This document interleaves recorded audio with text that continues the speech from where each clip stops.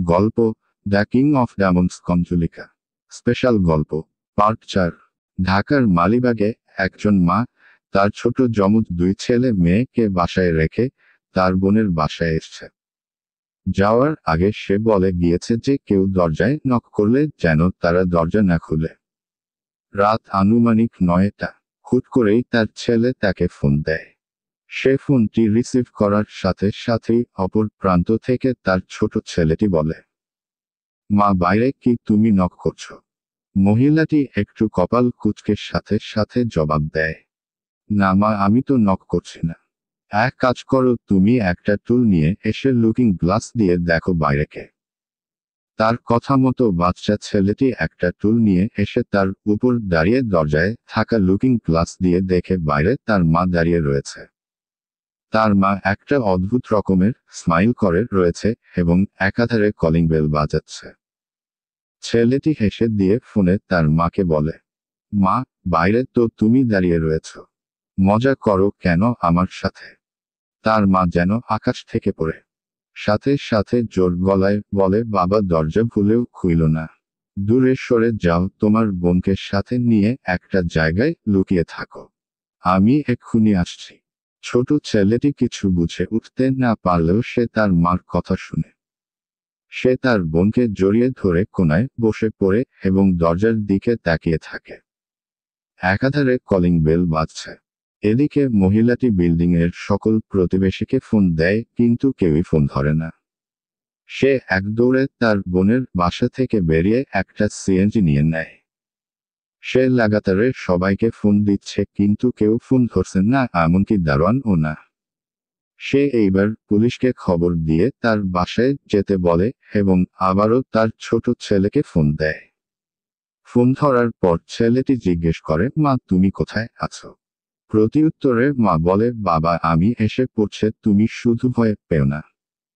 তখনই তার ছেলে বলে, মা বাইরে যে আছে সে অনেক জোরে জোরে দরজায় থাপ্পড় দিচ্ছে।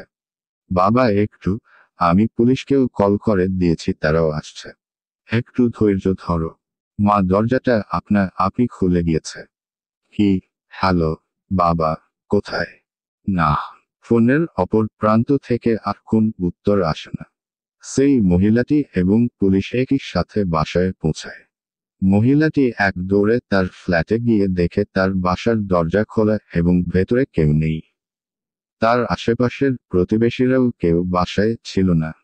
তার আর বুঝতে বাকি থাকে না যে তার ছেলেও রণ হয়েছে। পুলিশ বলে তার ছেলে সহ আজকে আরও 24 জন শিশু নিখোঁজ হয়েছে। আন্ডারস্কোর সেই বইটার মধ্যে লেখা ছিল কঞ্জুলিকা হচ্ছে একটা বদে বা এরকম কিছু। একটা সময় মানুষ তার যা করত। পরে মানুষ তার সাথে একটা বেয়াদবি করার কারণে সে সব মানুষকে মেরে ফেলে এবং প্রত্যেক 666 বছর পর পর সে পৃথিবীতে আবির্ভাব করে এবং মানুষজনকে অপহরণ করে নিয়ে মেরে ফেলে। এবং তার মূল টার্গেটে থাকে ছোট শিশুরা। এটা ছিল বাচ্চাদের জন্য লেখা একটা ভূতের গল্পের বই, কঞ্জুলিকাস স্মাইল, অর্থাৎ কঞ্জুলিকার হাসি। এটাকে লিখেছিলেন জর্জ হেনরি। এইবার আমি যখন জর্জ হেনরিকে নিয়ে গুগলে সার্চ করি তখনই আমি তার ব্যাপারে খুবই অদ্ভুত কিছু তথ্য খুঁজে পাই। গুগল কোন সাইটেই তার নামে বেশি কিছু লেখা ছিল না। প্রত্যেকটা সাইট থেকে আমি অল্প অল্প করে তথ্য সংগ্রহ করছিলাম, আর তখনই একটা সাইটে আমি দেখতে পেলাম তার জীবনে লেখা একমাত্র বই, দ্য কিং অফ ডায়মন্ডস কঞ্জুলিকা এর ব্যাপারে। এরপর আমি একটা আর্টিকেল খুঁজে পাইছি সাইটেই। আর্টিকেলটার মধ্যে লেখা ছিল জর্জ হেনরি তার জীবনের অত্যন্ত গুরুত্বপূর্ণ সময় নষ্ট করেছেন দ্য কিং অফ ডায়মন্ডস কঞ্জুলিকা বইটি লেখার জন্য। এর থেকে বেশি কিছুই লেখা ছিল না সেখানে। আমি অনেক জায়গায় জর্জ হেনরি ও the king of diamonds Kanjulika নিয়ে ঘাটাঘাটি করি, কিন্তু তেমন কিছুই আমার সামনে আসে না।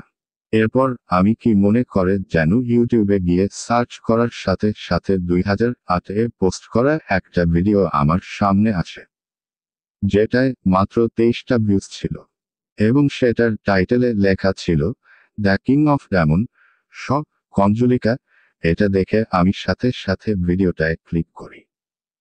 ভিডিওটার মধ্যে একটা লোকেই পুরো ঘটনাটাকে উপস্থাপন করে। জর্খেনি এমন কিছু সত্য খুঁজে পেয়েছিলেন যা সরকার কখনো মানুষের মাঝে ছড়িয়ে দিতে চায়নি। কিন্তু জর্খেনি খুবই কৌশলের তার লেখা বই প্রকাশিত করে দিয়েছিলেন।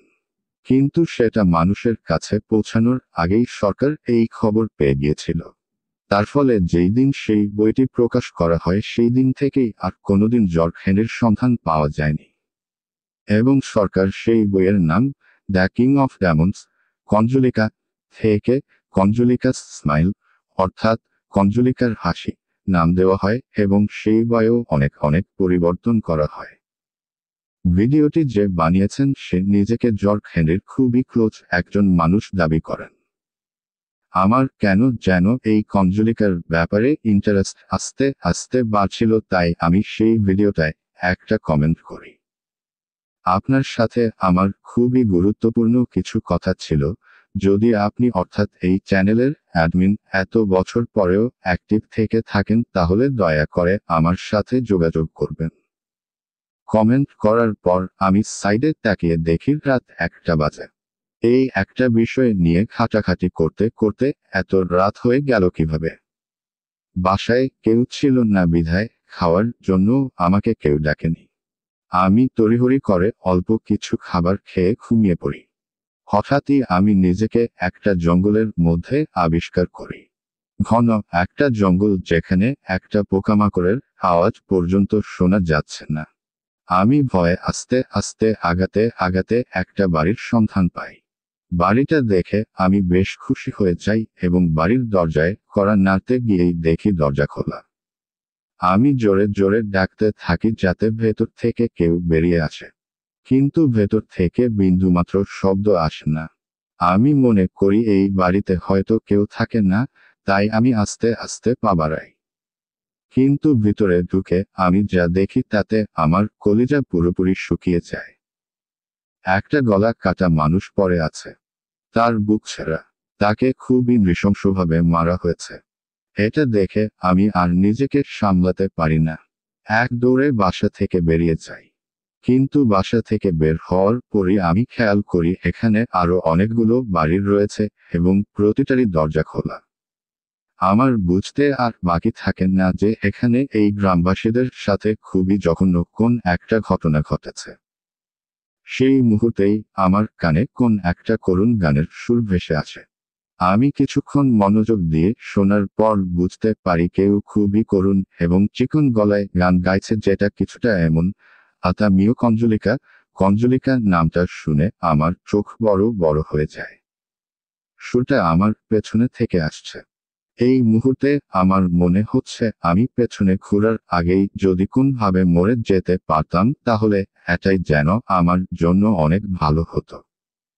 কপাল থেকে টপ টপ করে ঘাম পড়ছে আমার। গানের সুরটা আস্তে আস্তে আরো বাড়তে লাগলো। এক পর্যায়ে বুঝতে পারলাম আমার থেকে 1-2 কদম পেছনেই কেউ দাঁড়িয়ে গানটা গাইছে। আমার হাত পা এবড়ো থেবড়ো ভাবে কাঁপাকাঁপি শুরু করলো। ভয়ে আমার চোখ থেকেও পানি পড়ছে। কাঁপা কাঁপা চোখ নিয়ে আস্তে আস্তে মাথাটা ঘুরিয়েই দেখলাম একই জর্খেনি আমার পিছনে মাথাটা নিচু করে দাঁড়িয়ে আছে। খুবই বীভৎস দেখাচ্ছে। আমি অনেকটা ভয় পেয়ে গেলাম। কিন্তু তিনি তো অনেক দিন আগে থেকে নিখোঁজ হয়ে গেছে, তাহলে এইখানে কি করছে? আর গ্রামের ওই সব বাড়িতে দরজা খোলা আর ঝুলানো লাশ, এসবের মানে কি?